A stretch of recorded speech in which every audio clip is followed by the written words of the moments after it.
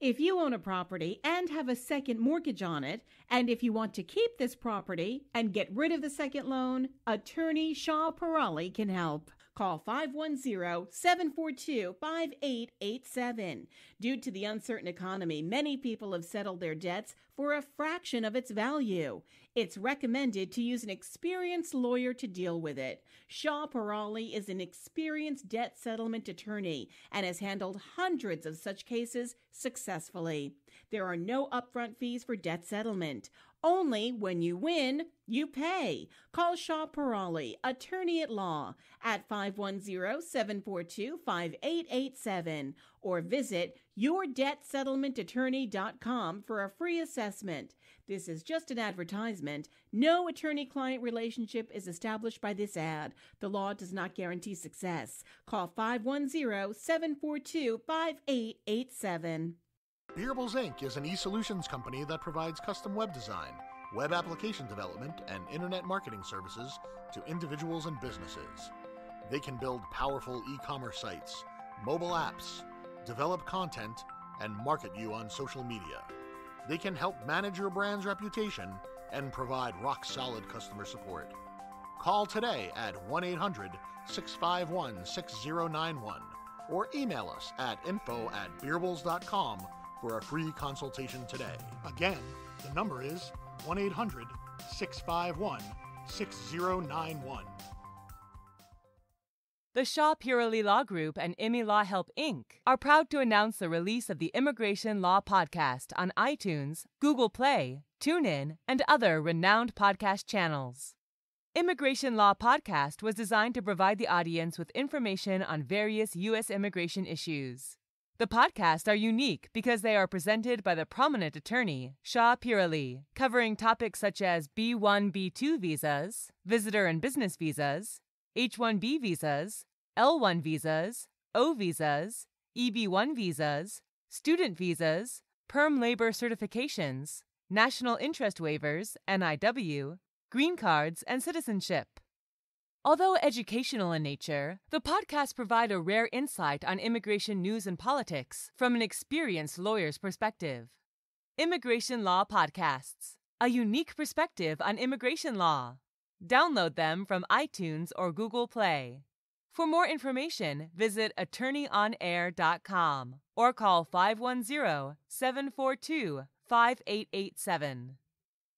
This is just an advertisement. No attorney-client relationship is created by this ad. If you own a property and have a second mortgage on it, and if you want to keep this property and get rid of the second loan, attorney Shah Peerally can help. Call 510-742-5887. Due to the uncertain economy, many people have settled their debts for a fraction of its value. It's recommended to use an experienced lawyer to deal with it. Shah Peerally is an experienced debt settlement attorney and has handled hundreds of such cases successfully. There are no upfront fees for debt settlement. Only when you win, you pay. Call Shah Peerally, attorney at law, at 510-742-5887 or visit yourdebtsettlementattorney.com for a free assessment. This is just an advertisement. No attorney-client relationship is established by this ad. The law does not guarantee success. Call 510-742-5887.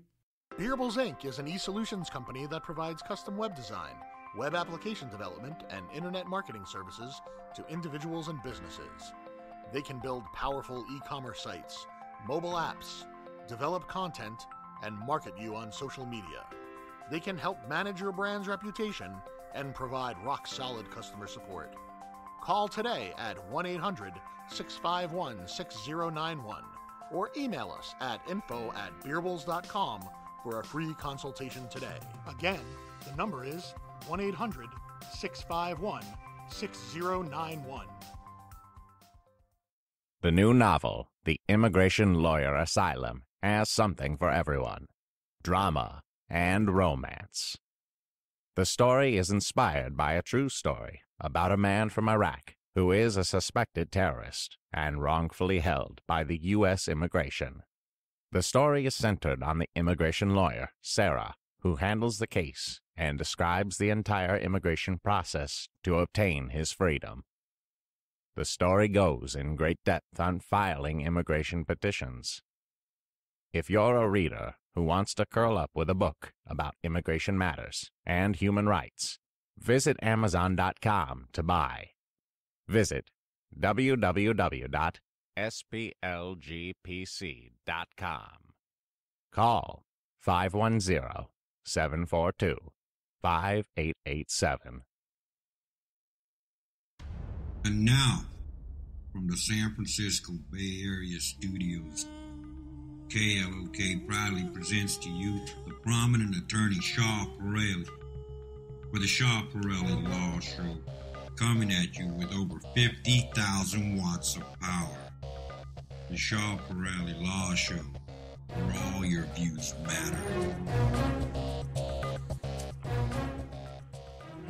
Hello everybody. Assalamu alaikum, Sastekhan, Namaskar to all the listeners. This is attorney Shah Peerally. We are live on air today, and we are July 13th, 2017. Half of the year is gone, and so many things happen in immigration. And of course, anything I'm going to tell you today is for educational purposes only. You should not act or refrain to act solely on the information provided. You should contact an attorney if you have any questions. And the number to call to the studio is 408-912-5565. 408-912-5565. And ladies and gentlemen, like I said, welcome to our show today. And we are going to talk about immigration. And like I say, everything is my opinion. And of course, sometimes, when people call, it takes me. We cannot really answer all the questions, but we try our best to answer most of them. So bear with us a little bit. And if you need any help, feel free to call our office, 510-742-5887. And just to let you know, I'm letting Franco know that if in case there are any callers, let me know. I'm having some issues with my laptop. But in the meantime, we're going to talk a little bit what's happening on the immigration front. And the immigration front is getting a lot of news, a lot of things happening. But at the same time, it's a situation where it's kind of volatile. At the same time, it's kind of scary, but it's not that much impossible to kind of surmount many of the problems. Many of the problems what we are seeing is happening because of mistakes of the past, or things were done not in a good manner. But luckily, most of our clients, we have always advised them to stay on the right track, and luckily this is being helpful. So having said that, now to start, of course, a lot of people asking me to predict the visa bulletin. Unfortunately, now it's very hard to give a prediction, except to tell people that things on EB2 seems to be moving around 2-3 weeks per each month, which is slower than most of the time. But we are hoping that by October we will be getting more a better jump on the visa bulletin. Now, few things that has come up. One of them is, of course, a lot of people are getting picked up. Unfortunately, it's kind of sad. Mostly people who are undocumented, and they are getting picked up pretty much anywhere, including hospitals, schools, and things like that. And this is pretty much something that we were expecting. It's not something that we were not expecting, but at the same time, it's sad, and it's really kind of creating a huge chilling effect on people who actually want to basically just live their life. But for those who, most of the time, people listening to us are people who are employment-based, and on the employment-based front, things are a little bit tricky, especially for H-1Bs, and there is an expectation that H-1B will change in the next 6 months before the next fiscal year.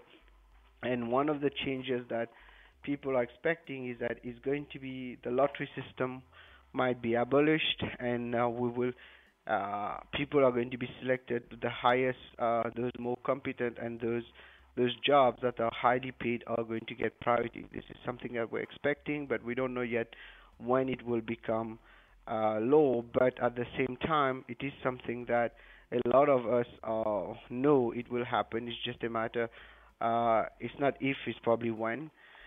And a lot of people asking me, of course, on what will happen to the H4EAD.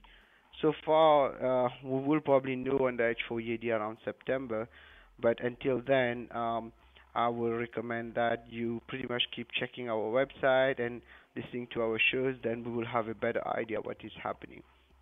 So in the meantime, I don't know if Franco is the one on the line today. So Franco, if we have any callers, I'll just put them through. This is Attorney Shah Peerally live on air.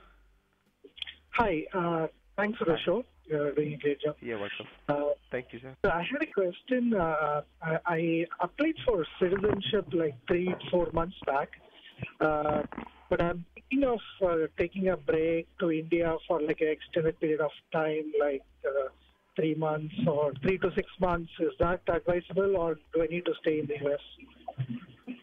You're taking a break from H1B. You're on H1B right now, right? No. I have a green. I'm applying for citizenship. I have a green card. Okay. Oh, okay. Sorry, I misunderstood you. So you're applying for citizenship. Did you already apply, or you have not applied yet? I applied 4 to 5 months back. I just had I did the fingerprinting as complete, but after that it's still pending. I haven't heard anything after that. So in the next, I'm thinking of going to India for a while. Is it advisable, or should I stay here? No, I don't recommend you going for too long. You can go for maximum. I would recommend maximum is around 3 months, not more than that. And right now, if you stay more than 3 months outside, there is a chance that your case, they will send you a call for an interview, and if you are not here, they might give you an issue on jurisdiction. So I recommend that you stay until you get it. If you want to leave, don't leave more than 3 months. When did you apply for the citizenship? February, actually. February. February, so right now, March, April, May, June, July. So 5 months. It's taking. Are you in the Bay Area? Yes. Okay. So it's going to take around 8 months. So if you leave, just don't leave more than 3 months and come back. Okay. You already did a fingerprint and everything, right? Yeah, fingerprinting is done. Yeah. Okay. So just make sure you come back, and if you have someone who's going to be able to pick up the interview notice for you while you're not here, and make sure you come back on time for the interview. Don't try to postpone it. So my recommendation is not to leave, but if you have to leave, don't leave more than 3 months, just to be on the safe side. Okay? Right. Okay. Yeah, but if once I get the interview notice, I can come even if I stay longer than 3 months, right? No, because this is a problem. There's one of the requirements when it comes to the citizenship is to have 90 days of jurisdiction in order to set up the place. Do you own a house here and things like that? Yeah. Not if you own a house, yeah, then they might kind of. I had a case like that in Los Angeles where the person had to travel actually for work in another place, and they kind of gave him a hard time. They say, "Oh, we're not the one who should adjudicate your case," so they transfer the case somewhere else, or they tell you you don't have jurisdiction. So it's not something that they do all the time, but there's a possibility. So be careful on that. Okay. Okay. Thank you very much. Good luck to you. Let me take another caller, Franco. This is Shah Peerally. You're live on air. Hello. Hello. So, ladies and hi, this is Shah Peerally. You're live on air. Hi. So I had a question for you regarding H1 and extension and I-94. So I have H1 already from company A, and it was supposed to be expiring, so they filed for an extension already. So after they filed for extension, the I-94 has expired. Now, my question is, since it's expired, are we still allowed to stay? That is one. And second is, let's say if I resign from the company for some reason, then what happens? Like, then do I have to leave the country immediately, or do I have some period to get H1 transferred to some other company, or how it is? Okay, two excellent questions. Number one, once you file it, as long as it's a bona fide case filed, that means it was filed not only bona fide, but also it was filed on time, timely, which is before the I-94 expires, you benefit from something called a period of stay authorized by the Attorney General. That means right now, as long as you're with this company, you can continue staying in the U.S. and continue actually working up to 240 days until they make a decision. Okay, so that's rule number one. Now, number two, if you want to transfer, technically there would be no transfer in your case because until the I-94 is approved, the new H1, you cannot transfer something you don't have. So you can only do what we call new employment, cap exempt, leave the country and come back and get a new I-94. And if you do that, then you'll be okay. But the problem is that if you file for anything new employment, it will take like 6 months to get approved because there's no premium. So number one advice, I will not recommend you move company right now. And number two, if your company lays you off, technically you usually have 60 days to transfer, but in your case you won't have it because your I-94 is not approved yet. So you will probably have to leave the country as soon as. But as long as you leave the country within 180 days after termination, technically you will not be affected to come back. So it's kind of a tricky situation. What I would recommend before you make any decision, talk to a lawyer. You can give me a call at the office. We can analyze your case personally to make sure that you're not making any mistake and it will cost you because there's no premium right now. So to get you back on H1B will be difficult. Okay? Just one last. So is it advisable to at least move to H4 on my spouse H1? Oh yeah, that would be a great idea. But this is a problem now. You're going to have the same issue. Since your I-94 is expired, the only way you can move to H4 is to leave the country, get a stamp on H4, and come back. Okay? Okay. And if you can give some more information on the H4 EAD thing. I'm sorry, I lost you for a minute. Users. Thank you. You're welcome. I'm sorry, I kind of lost the caller. So Franco, I don't know if it's my transmission, but I apologize for that. So, ladies and gentlemen, this is Attorney Shah Peerally, and we're live on air today. And we are on July 13. You can call. The number to the studio is 408-912-5565. And anything I'm telling you today is for educational purposes only. You should not act or refrain to act solely on the information provided. If you have any questions, feel free to call our office 510-742-5887. Let me take another caller, Franco. This is Shah Peerally. You are live on air. Hello, Attorney. So my name is Richa. I have a question regarding a job change. So I'm currently on H1B visa. My I-140 is approved, and my I-94 is valid till 31st of December this year. Yes. Okay. So I have a question that is as a priority transfers are not allowed now. So is it safe to make a job change or not? This is $1 million question everybody asks me. It's a case-by-case basis. To be honest with you, it is safe to still move under Section 105, I think subsection B, where basically you can move because as soon as you file it, and as long as it is filed before the December, in your case, you should be okay to move. But now the question is, where are you moving and who is going to prepare the paperwork? So if you're moving to a company which is not really strong, or especially if it is a consulting company where you're going to work for a bunch of layers, etc., then there's a risk of getting a denial. Then you will be hanging there because there's no premium, you won't even know. But if you're moving to a good company, which is kind of reputable and everything, your chances are pretty good. Then the only issue that you might have, hopefully, just hope that the lawyer doesn't make a mistake or the company doesn't make a mistake when they file your case. But these are factors that can only be determined by a case by case. But it's still safe to move, but it's not as safe as before because there's no premium. So all this will be determined depending where you're moving to, okay? Yeah, so it is a big organization in a big area. So let's say if the company, like they are doing the good paperwork, then I should consider it as a safe to do? Yeah, then it should be safe.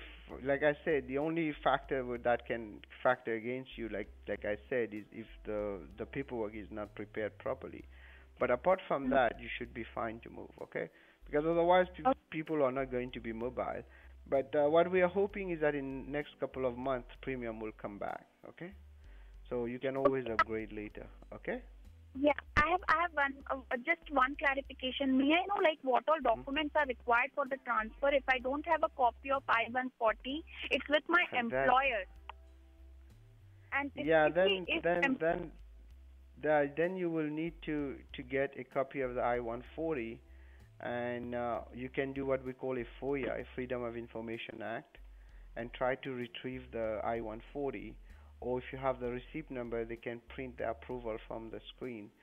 But this is pretty much what you can do. There's nothing else that you can use except the receipt number, or do a FOIA request and get all the documents from USCIS. Okay? Okay, great. So on the receipt number, I can transfer, right? If I have a receipt number of I-140. Well, yeah, technically yes, but many times lawyers will not want to do it. So the best is to do a FOIA request, which takes like 6 to 8 weeks to get it. Okay? May I know which request you are saying it again, please? Yeah, it's called FOIA, Freedom of Information Act. It's Form G639. Then you just request for the I-140 copy. Okay? Okay. Thank you very much. Thank you. Good luck to you. Good luck to you. And if you need help, just give us a call, 510-742-5887. Let me take another caller, Franco. This is Shah Peerally. You're live in here. Hello? Hello? Okay. So, Franco, I don't know if I have more callers, but if you want to call, feel free to call. We got a bunch coming on at the beginning. And I know what happens because sometimes people call at the same time and the line sounds busy because we have only so many lines. So you can still call again, 408-912-5565.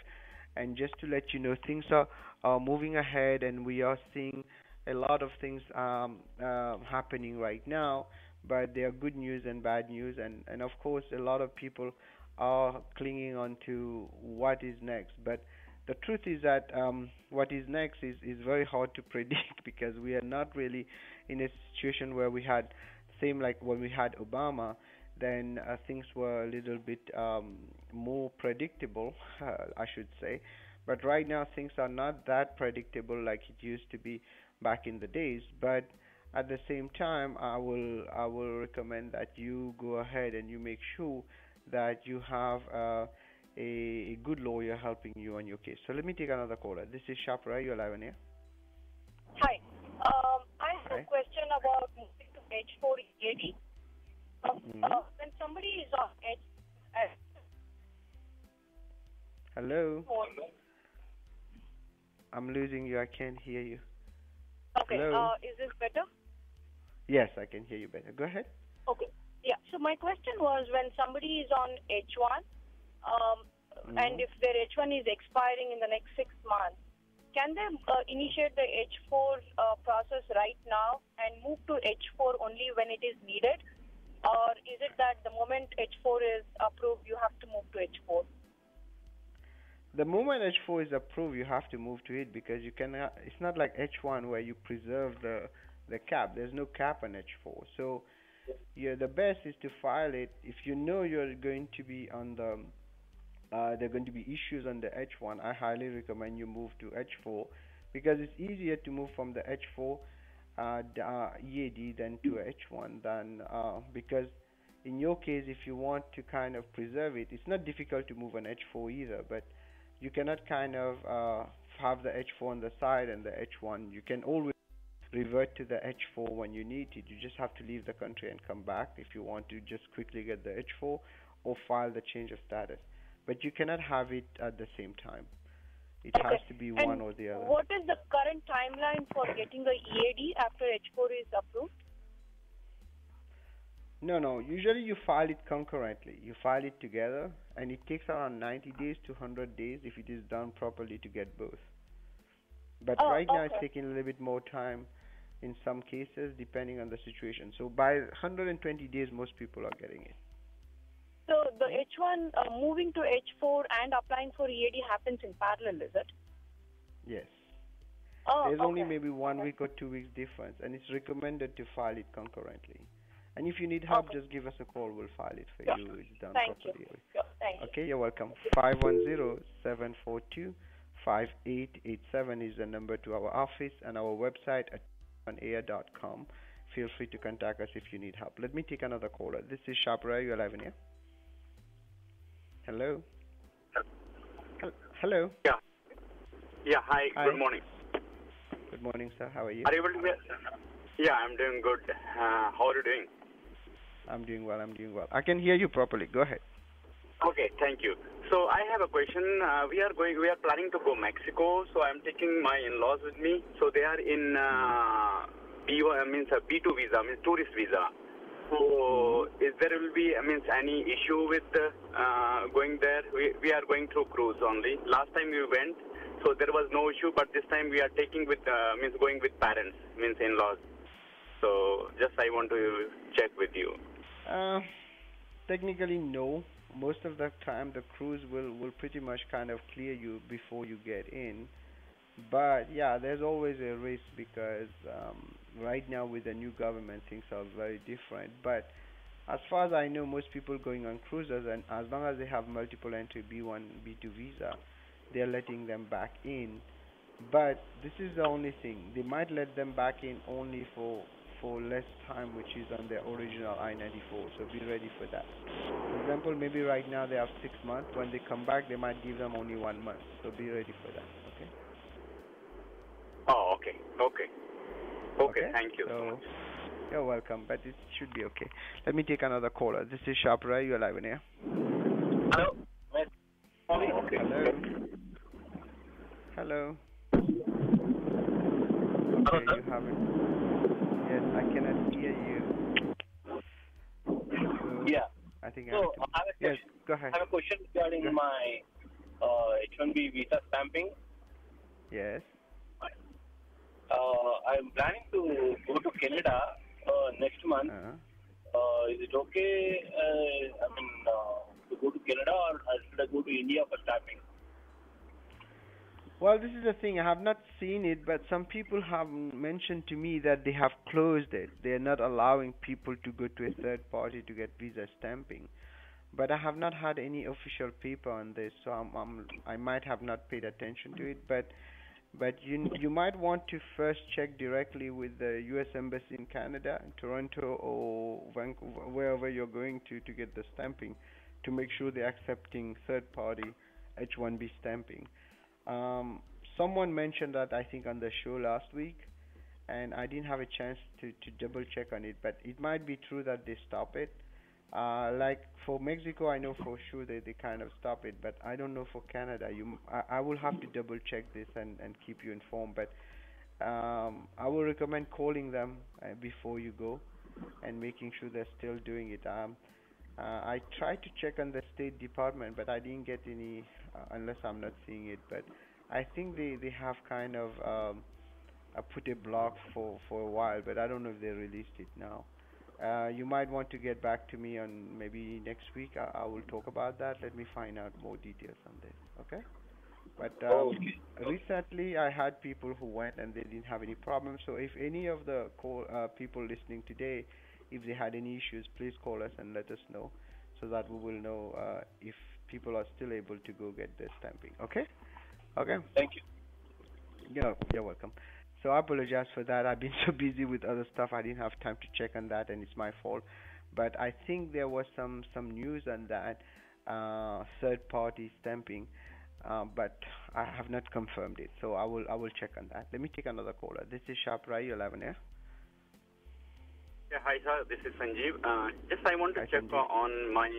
Yeah, I want to check on my extension. So my extension is due in March 2018.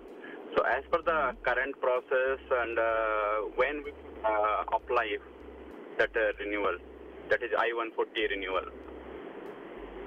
I didn't get your question. There was a background noise. Can you repeat that? I have a 140 extension due on 2018 March.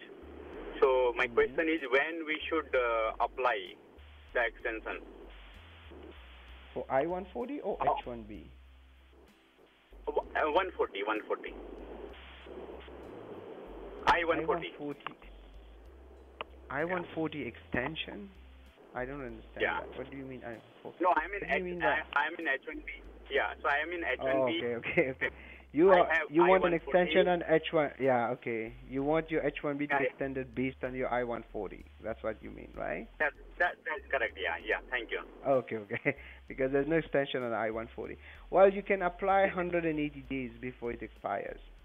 Okay, so 180 days before it expires, you can apply for extension of your H1B. That's the rule. Okay.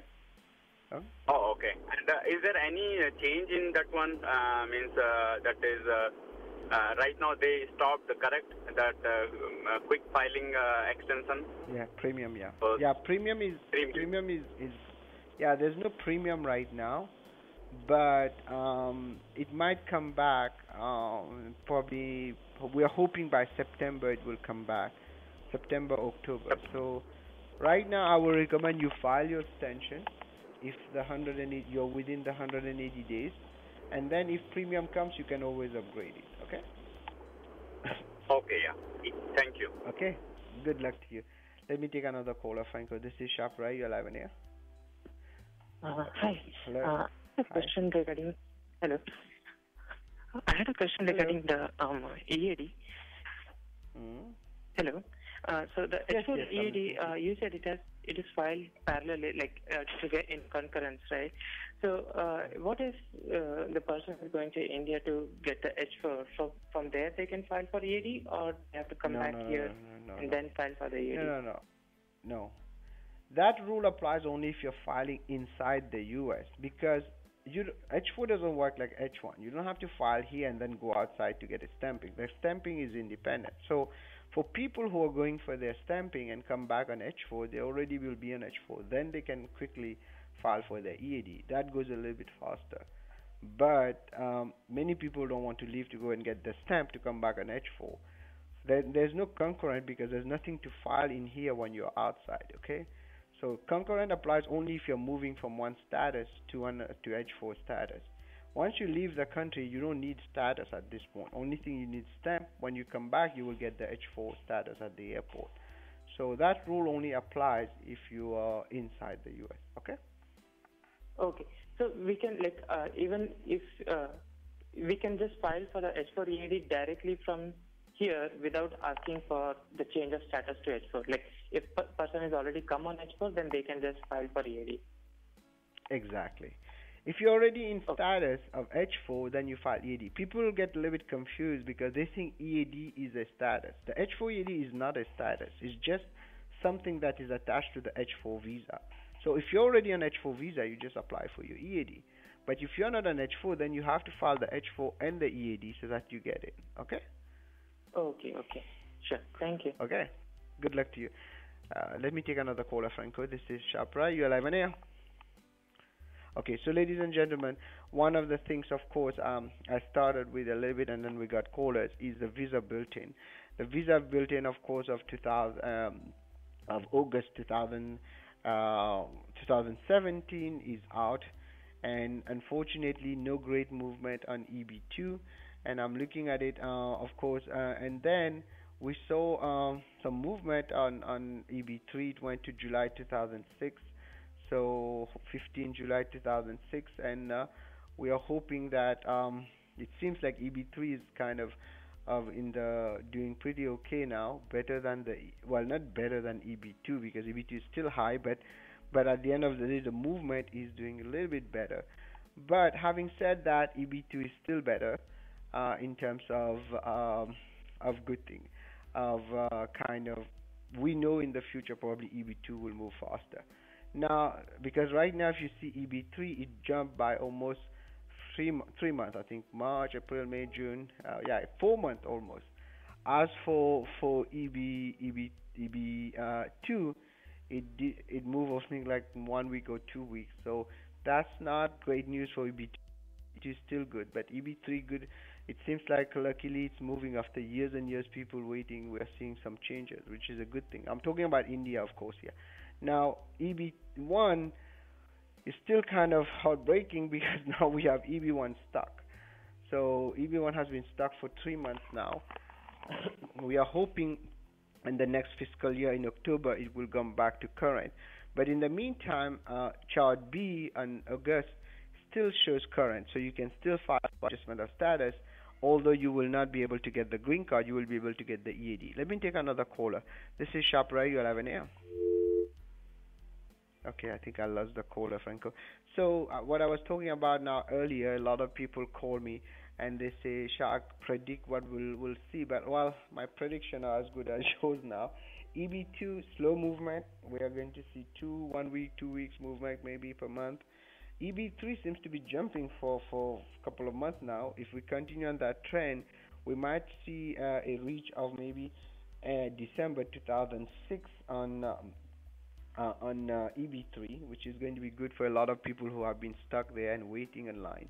Now, as for EB2, I don't see anything probably great coming until October 1st and the new fiscal year, and the same for EB1.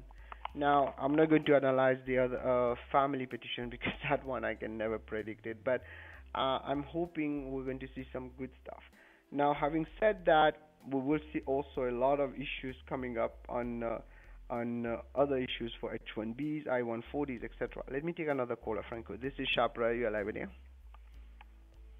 Hello. Hello. Yes, sir. Go ahead. Hi. I have one question regarding stamping. Will you be able to answer? Yeah, go ahead. If I can, I will try my best. Go ahead. Sorry. Yeah. The question is actually, I went to my passport got expired recently, so I have renewed my passport and went for my I-94 stamping. Okay. Mm-hmm. I just crossed the border at San Diego, and I didn't even cross the border. I went to the CBS office and CBP office, and I got my passport stamped for new I-94. But the thing is, that record is not reflecting in online I-94 forms. It's just on my passport, but it's not on I-94. Is that a problem? You mean online, right? Yeah, I want you to go to the CBP office. Where are you located? Which area? San Jose. San Jose. Go to the airport, the CBP office. Ask them to update it on their system. Okay? It's important because at the end of the day, they always refer to their electronic record, and the stamp might. So I want you to correct that. And if you have any problems, give me a call at the office. We'll see what we can do. 510-742-5887. Okay? Yeah, sure. Thank you. Good luck to you. Good luck to you. So, ladies and gentlemen, I don't know if I have more callers, but I was talking about the visa bulletin, and the visa bulletin is kind of, well, it's not scary because we've been dealing with that thing for years now. Since the perm came on, it's been like in 2005, and the thing is just like it's been a mess actually. When I remember the first time we have those backlog, people started freaking out, etc. But hey, people are living with it, and a lot of people, unfortunately, children are the one mostly suffering. Especially those on H4, they're getting stuck, and now with the Child Status Protection Act, not great. A lot of unfortunate situation we're seeing where children have to move to F1, etc. when they turn 21. But I don't want to give hope to a lot of people. We have been kind of pushing. We have these petitions online on change.org to push the visa bulletin, but it has worked for the H4, by the way. When we used the H4 EAD petition with the media, everything supporting us at that time was Obama, we got the H4 EAD pass. But this time, it is helping a little bit, but not too much. But we need more signatures if you want to sign it. Just go on change.org, type reduce EB2 time. On Google itself, you should get it. So please sign it and pass it to your friends. Let me take another caller, Franco. This is Shah Peerally. You are live in here. Hey, Shafir, this is Chandra here. I have a quick question. Hi, Chandra. How are you? Yes. Good. How are you? I'm doing well. I just want to know, is this possible to move? So I suppose if me and my wife starting a business and investing into some company and then, starting a organization, is there a way we can do that? I didn't get your question. You want to start a company? That's what you want? Yes. So I want to take the advantage of this EB5 visa category. Oh, yeah. Well, honestly, I don't even want to talk about EB5 because I don't trust the program. But yeah, it is there, depending how you want to do it. If you want to invest your money in those programs, but recently I have most of those because if you have those programs that are already set by the company, kind of, many of them are fraud, and people are losing both their money and their green card. The EB5 work this way: they give you what we call a conditional green card, and if the business doesn't do well or the business is found of being fraudulent, you lose the green card and the money. So I don't recommend people doing that honestly, and I don't really touch it, and I don't refer any cases to any of those all those projects because I'm going to say it up front. I don't trust them, and until that program is fixed, I'm not. I don't advise any of my clients to touch it. But I know a lot of people who got their green card to EB5. It does work. It's a program that is there. Some has so many flaws that even the government is not sure what they are doing with it. So I would recommend that you talk to a lawyer. You can give me a call. We can assess other options for you, but don't jump on the EB5 just like that. There are too many problems down the road. Unless you have a lot of money to take advantage of, if you're just basically putting all your savings in it, it's not a good program. Okay? Oh, okay. Okay. Thanks a lot for this. You're welcome. You can call me at the office. We can assess 510-742-5887. So, Franco, I don't know if I have more callers, but I wanted to talk a little bit about the other topic that we always talk about is debt settlement, because this is another thing that we are expecting, and we are getting a lot of calls because a lot of people are seeing themselves into really tough situations with a lot of credit card debts, with second mortgages in some places where the house are not really appreciating that much, etc. We can get you out of debt. For example, let's say you owe $10,000 in credit cards and you're struggling, you're facing hardships. Hardships can be anything: a newborn, family member adding up, parents coming, you losing your job, you getting sick. We can try to negotiate those debts and get you out of them without having to file bankruptcy.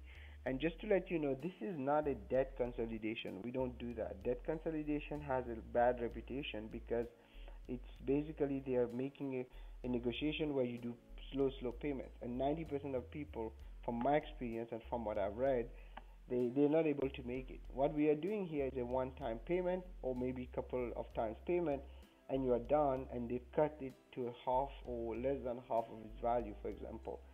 Like I said, $10,000 can become $2,000, for example. I'm not saying it's happening for everybody, but that's just an example. And this is what we do, and you can check the website, the blog actually, yourdebtsettlementattorney.com, and you'll have an idea of the kind of cases we have done in the past.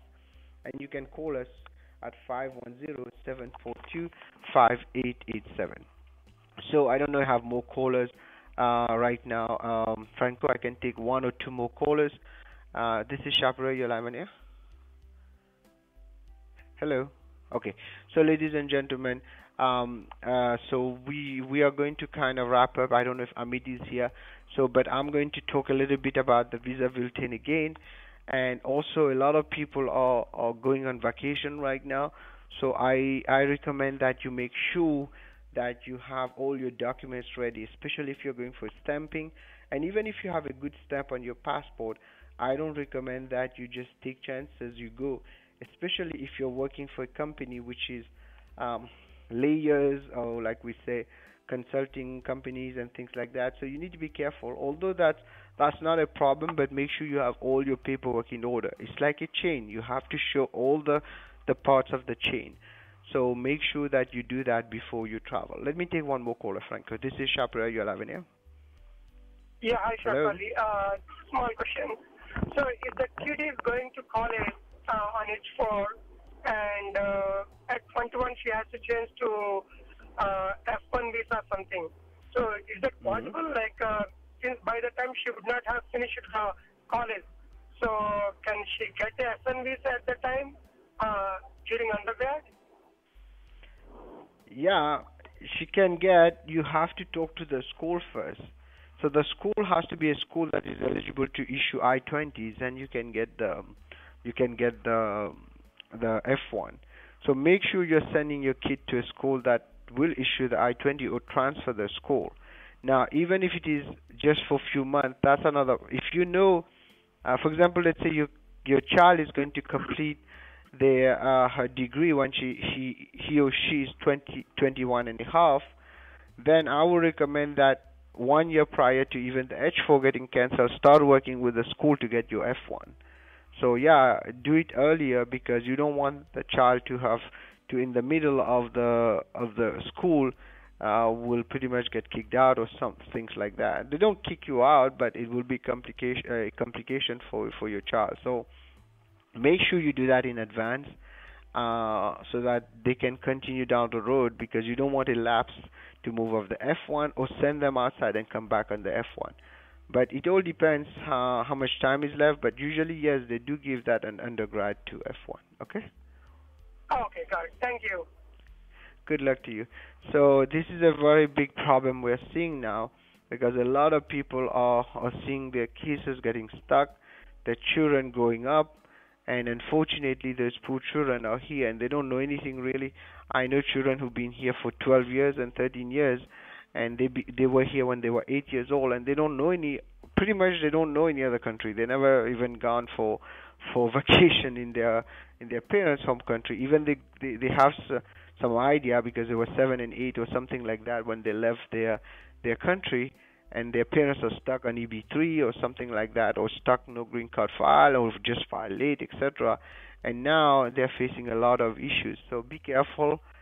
Make sure you talk to a lawyer before you make any move.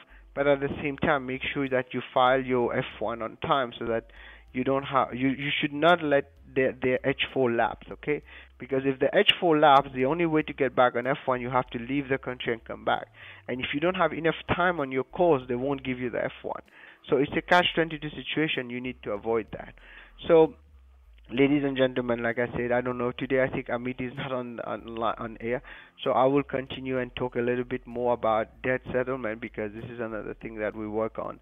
And if you want help, of course, on debt settlement, give us a call at 510-742-5887. We can help you on credit cards. We can help you even if there is a judgment against you. Like, for example, if you owe money to any company or credit card, they will file a lawsuit against you, right? And most of the time, it costs too much money to defend those lawsuits. For example, let's say you owe $20,000, you might have to pay a lawyer almost $9,000 just to defend you.